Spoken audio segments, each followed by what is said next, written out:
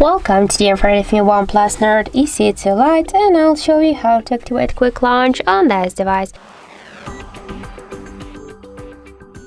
So now by double press the power key, we can see that just we cannot hear any quick access to any applications.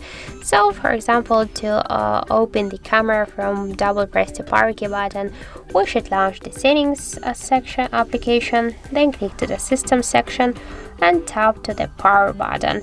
Then you will see here the double click the power button and just watch now to the camera. Now just by double click to power key, we can see that the camera application is successfully activated. So that's it. Thank you for watching, and if you find this video helpful, don't forget to leave a like, comment and to subscribe our channel.